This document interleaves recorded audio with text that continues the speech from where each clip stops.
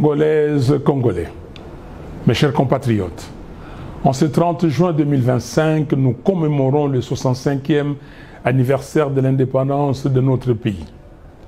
C'est un moment de mémoire, mais aussi de vérité. 65 ans dans la vie d'un homme marque l'âge de la maturité, le temps de transmettre un héritage.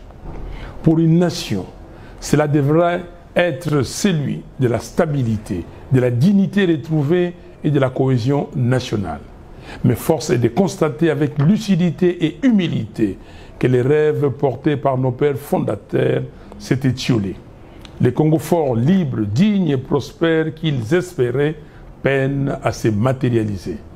Pire encore, notre pays est aujourd'hui menacé dans son intégrité même. Plus de 100 localités, y compris des villes majeures comme Goma et Bukavu, sont tombées entre les mains des groupes armés. Le M23 et l'AFC, avec le soutien du Rwanda, terrorisent nos provinces du Kivu. Les ADF sèment l'horreur au nord Kivu. L'Ituri connaît l'occupation des fêtes de certaines zones par l'armée ougandaise. Et dans les Bandundu, aux portes de Kinshasa, la milice Mobondo fait régner la terreur. Ces atteintes à notre souveraineté ont plongé notre pays dans une crise humanitaire d'une ampleur sans précédent. Plus de 25 millions de nos concitoyens ont besoin d'assistance. Plus de 2 millions d'enfants souffrent de malnutrition aiguë. Près de 7 millions de Congolais sont déplacés internes, exilés sur leur propre terre. Derrière ces chiffres, il y a des vies, des douleurs, des familles, et nous ne pouvons en conscience détourner le regard.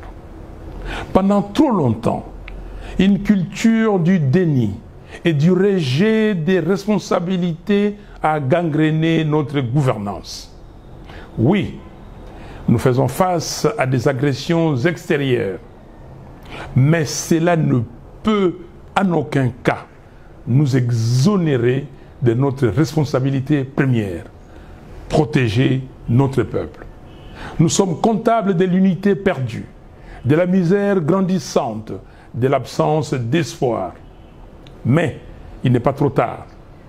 Le Congo peut se relever et il se relèvera si et seulement si nous choisissons de mettre le pays au-dessus de nos querelles. Comme le proclame notre hymne national, par les labeurs, nous bâtirons un pays plus beau qu'avant, dans la paix. Ces moments exigent un sursaut.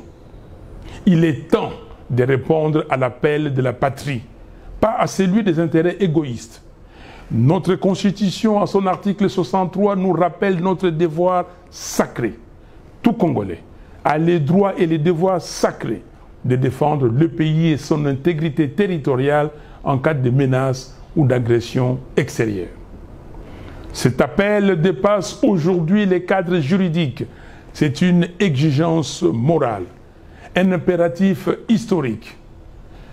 Alors que notre pays vient de signer un accord de paix sous la médiation des États-Unis, nous prenons acte de la dynamique positive qu'il peut enclencher. Cet accord, bien que perfectible, peut représenter une opportunité de faire taire les armes et de créer les conditions d'un apaisement durable. Pour autant, nous devons rester vigilants. Aucune signature ne saurait remplacer la volonté résolue d'un peuple à défendre sa terre, à reconstruire ses institutions et à tenir debout. Nous appelons nos partenaires internationaux à faire respecter la résolution 2773 du Conseil de sécurité des Nations Unies, à régler la question des FDLR qui ne doit pas être indéfiniment imputée au Congo et à nommer les choses avec clarté. L'agression que subit la RDC ne peut être maquillée sous l'expression des mesures de défense.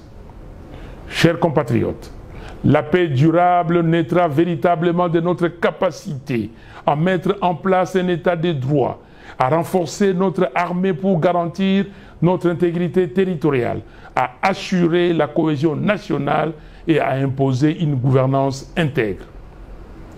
L'histoire de peuple nous enseigne que la paix passe par la cohésion et la cohésion passe par les dialogues. Voilà pourquoi je demande avec conviction